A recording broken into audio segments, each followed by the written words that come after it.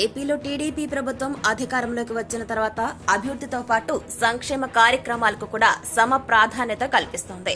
అర్హులైన ప్రతి ఒక్కరికి సంక్షేమ పథకాలు అందాలని, అదే క్రమంలో అనర్హులకు మాత్రం అందకూడదని చంద్రబాబు నాయుడు అధికారులకు దిశానిర్దేశం చేశారు.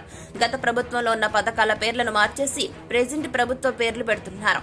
మరో 2 పథకాల పేర్లను మార్చారు. గత ప్రభుత్వం అమలు చేసిన వైఎస్ఆర్ కళ్యాణమస్తు పథకాన్ని చంద్రన్న పెళ్లి కానుకగా మార్చారు. మైనార్టీల కోసం ఇస్తున్న జగనన్న విదేశీ విద్యా దీవెన పథకాన్ని doctor A P J Abdul Kalam overseas education scheme for మైనార్టీగా మార్చారు. వీటిపై అధికారులు ఆదేశాలు జారీ చేశారు. వైఎస్ఆర్ కళ్యాణమస్తు పేరుతో పథకాన్ని అమలు చేస్తూ ఆడపిల్లల తల్లిదండ్రులకు డబ్బులు ఇచ్చేవారు. ఇక ఇదే పథకాన్ని టీడీపీ ప్రభుత్వం చంద్రన్న పెళ్లి కానుకగా అమలు చేయబోతోంది.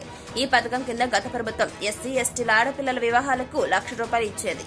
ఎస్సీ ఎస్టీల కులాంతర వివాహాలకు ₹1,20,000, అదేవిధంగా బీసీలకు ₹50,000, కులాంతర వివాహాలకు ₹75,000 అందజేశారు. మైనార్టీలకు 1,00,000, దివ్యాంగులకు ₹1,50,000 ఇచ్చేవారు. తాజాగా అధికారంలోకి వచ్చిన చంద్రబాబు నాయుడు ప్రభుత్వం చంద్రన్న పెళ్లి కానుక కింద ఎంత ఇవ్వనున్నారనే విషయంలో మాత్రం స్పష్టత అయితే రాలేదు. గత ప్రభుత్వం ఇచ్చినట్లుగానే ప్రోత్సాహకాన్ని అందజేస్తుందా, మరింత పెంచుతుందా అనే విషయం తేలాల్సి ఉంది. దీనికి సంబంధించిన మార్గదర్శకాలను త్వరలోనే విడుదల చేయబోతున్నారు. చంద్రన్న పెళ్లి కానుక కింద ప్రయోజనం పొందాలంటే పెళ్లి జరిగే సమయానికి వరుడికి 21 సంవత్సరాలు, వధువుకి 18 సంవత్సరాలు నిండాలి. ఇద్దరూ 10వ తరగతి పూర్తి చేసి ఉండాలి. ప్రభుత్వం అందించే ఆర్థిక సహాయం కేవలం తొలి వివాహానికి మాత్రమే అందుతుంది. తెల్ల రేషన్ కార్డు కలిగిన వారు అర్హులు.